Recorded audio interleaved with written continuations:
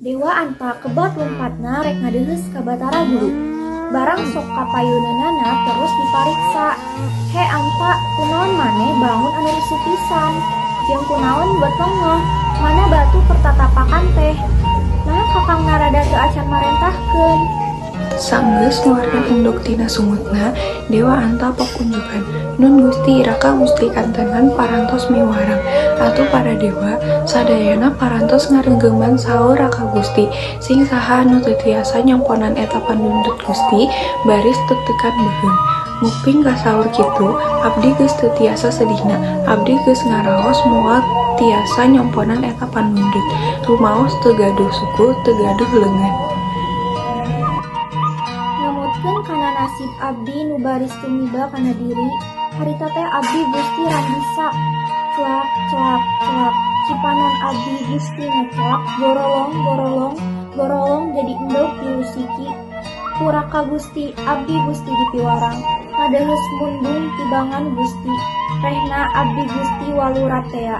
Sajaba ti eta dipiwarang nyanggakeun endog anu dilusiki tea. Saur Dewa Guru, geuningan sasiki, mana anu dua deui?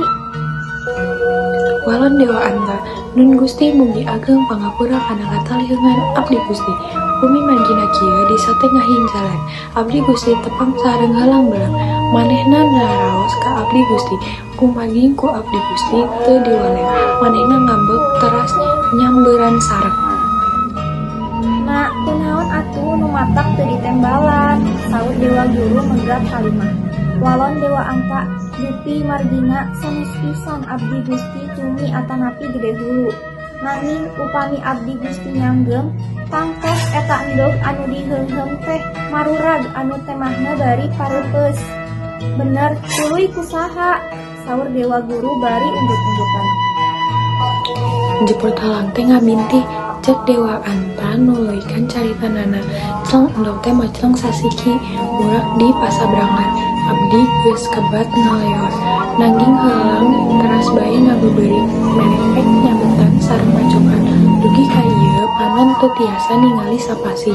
Di tegal ka papan endog teh murak deui sasiki.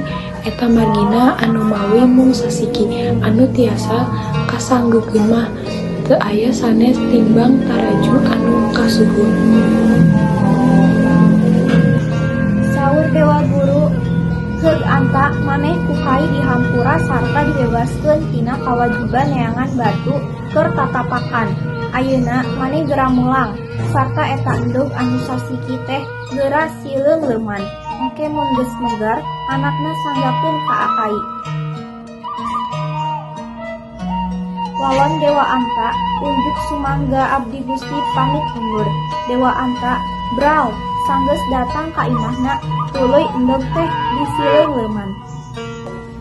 Lila-lila endog teh megar jadi putri gelis. Eta putri ku Dewa Anta disanggakeun ka Dewa Guru Sang Hyang Pramesti pohara pigaheunana. Ngan kawas nu bingung kumaha ti gurusna. Tuluy sasaruan ka Batara Narada saruana. Kakang Narada kula atoh narima ieu budak, tapi bingung kumaha ngurusna jeung kasaha kudu ngurusna.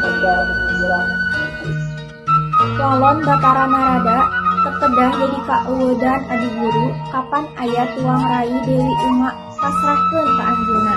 Cenah eta teh teu aya ciseusepan, atuh giat gae ku adi guru moal teu juug. Saur Dewa Gumi, leres Kakang urang pasrah